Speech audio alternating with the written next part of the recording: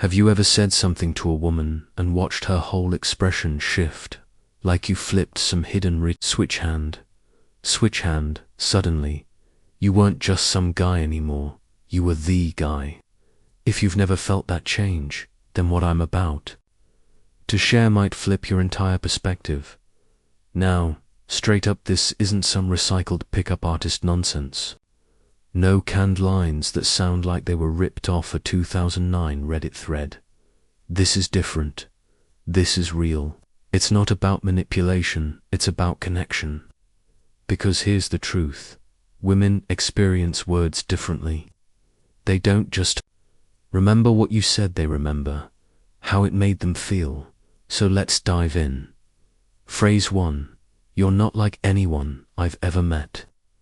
I get it, it sounds like something pulled from a cheesy greeting card. But hear me out. I'm not talking about delivering it with the emotional weight of a fortune cookie. What matters isn't just what you say, it's how and when you say it. Let me take you back. There was this girl I met in an actual bookstore, 4 walls, dusty shelves, bad coffee that tasted like burnt toast and hope. She was flipping through a worn copy of The Bell Jar. We talked, not flirty, not yet, just something real. I told her she reminded me of a storm-com on the outside, but with eyes that held lightning. She laughed, not a polite laugh, the kind that says, "Whoa, you actually see me." And a few minutes later, with no build-up, no theatrics, I said it.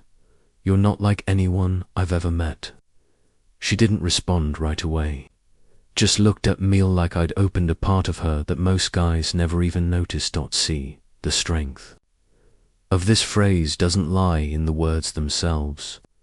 It's in the risk. You're not playing it safe. You're saying, I see something rare in you, and I'm not afraid to say it. Here's where guys mess this up. They drop it too soon, or worse. They say it without meaning it. Let me break it down. She's heard compliments. You're beautiful. Your eyes are amazing. You smell like vanilla and victory. Whatever. But when you notice something about her she doesn't even realize she's showing, and you reflect it back to her, it hits different. Say it after she tells you how she used to sneak out to dance in the rain. Say it when she talks about how she remembers dreams in color. Say it when she lets you see the parts of her that are human, not polished, not posed real. That phrase. It's not a hammer, it's a scalpel. Use it carefully.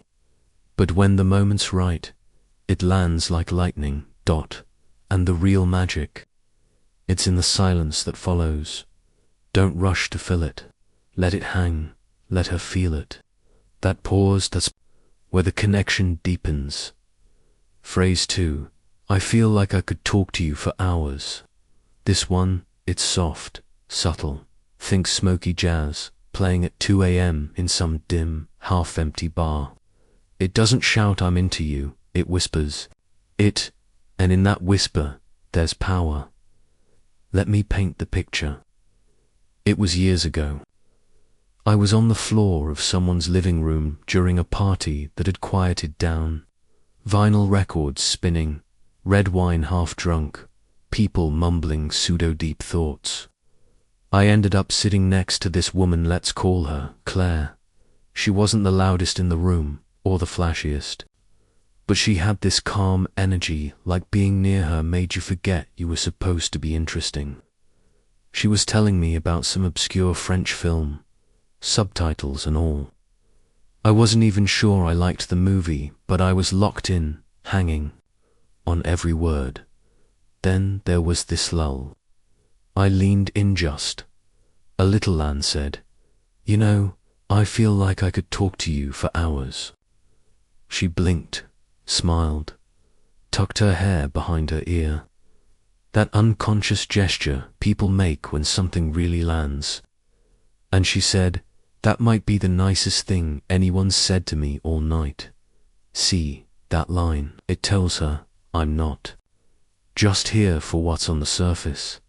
I'm here for your mind, your rhythm, your metaphors, the way your voice lifts when you speak about what matters to you.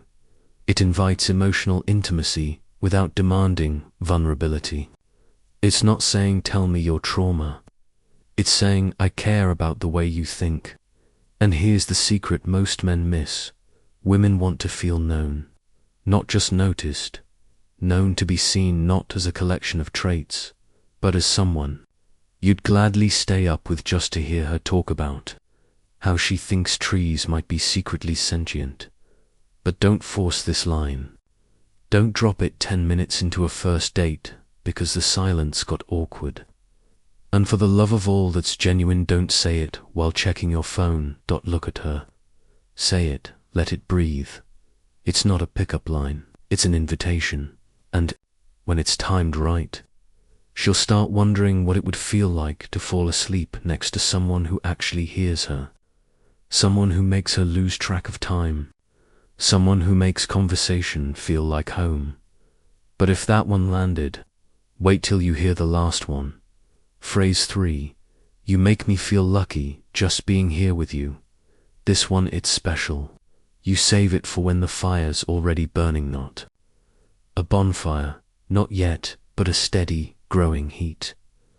Let me set the stage. It was late.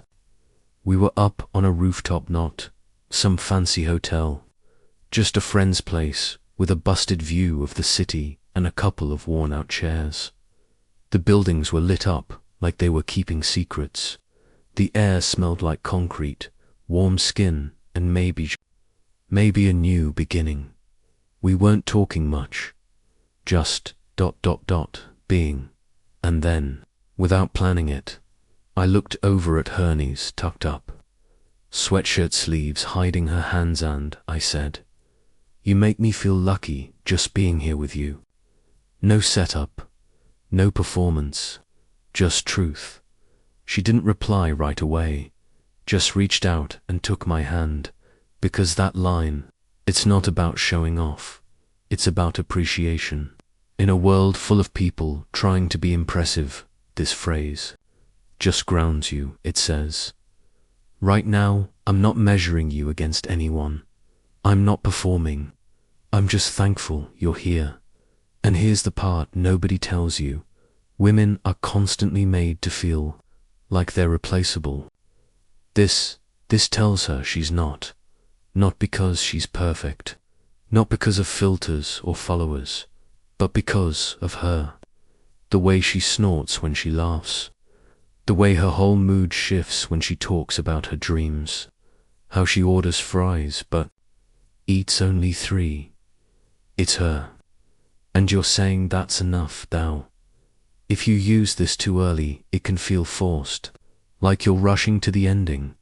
But when the timing's right, it doesn't just make her feel seen, it makes her feel safe, like she can finally take the armor off. Like maybe, just maybe, you're not here to take something but to build something.